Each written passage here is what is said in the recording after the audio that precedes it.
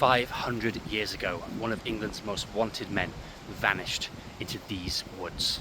He became a notorious outlaw, robbing wealthy travellers before disappearing into these trees like a ghost. Shropshire's answer to Robin Hood. Today, you join me as we explore Nesscliffe Hill in search of his legendary hideout, a cave that not only housed outlaw Humphrey Kynaston, but also Beelzebub.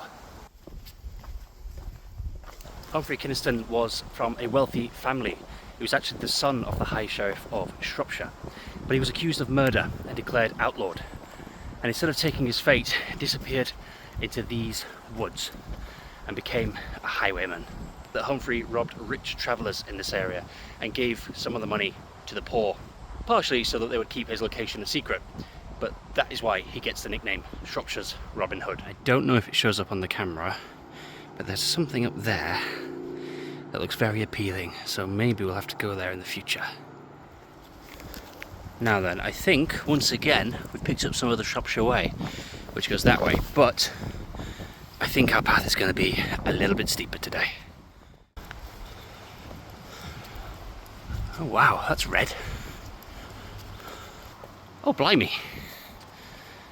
So after a short climb, we have found Kynaston's cave here behind me. The cave has two rooms, one reportedly sheltered Kynaston, the outlaw, and another stabled his white horse called Beelzebub. What a fantastically spooky name. If you're an outlaw, you want something like that following you around. There is an engraving within the cave, which we can't see today because it is fenced off. It's HK 1564. Kynaston did die about 30 years before that date, but it is possible that his grandson, who shared those initials, carved into this cave. So, you've been accused of murder, you've run away from the law. Why here? And I think I can answer the question, because just up there, well, wait and see.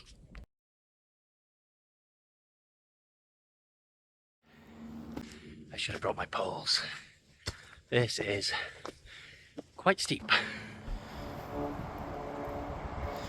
If you're enjoying this tale of legends and caves, which I hope you are, you might enjoy our Alderley Edge video, which I'll pop on the screen now. Please do check that out after this one. Got to assume that's Beelzebub's. We must have horses up here still to this day. You can see behind me that quite a lot of this walk is in some kind of manageable overgrowth, which just adds to the legendary vibe of this hill.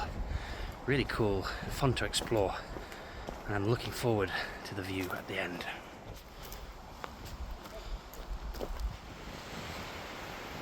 Wow. So here I am at the very top of Nesscliffe Hill at Oliver's Point, thought to be named after Oliver Cromwell.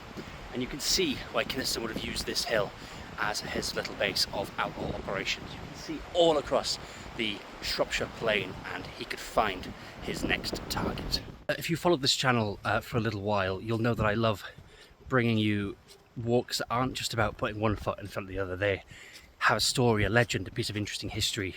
And if you're in the Shropshire area and you fancy a little walk, a little bit of a climb, but not too strenuous, I highly recommend Nesscliffe Hill. It's a place with fantastic views, but also every path tells a story, which is just something I love. Be sure to like, comment and subscribe if you loved it too. So after just 2 miles we are back at the car, but I have one more thing to show you. It is said that Kynaston was a regular diner at this pub, the Three Pigeons, which has served the area since 1407. Sadly, however, it's now closed and the community are trying to reopen it. So I really do hope that they succeed with that, because it would be a real shame to lose such a spectacular pub with such a fascinating history. And crucially, I quite fancy a pint. Thank you very much for watching this video. I hope you enjoyed, I hope you found it interesting, and I look forward to being back on your screen very soon.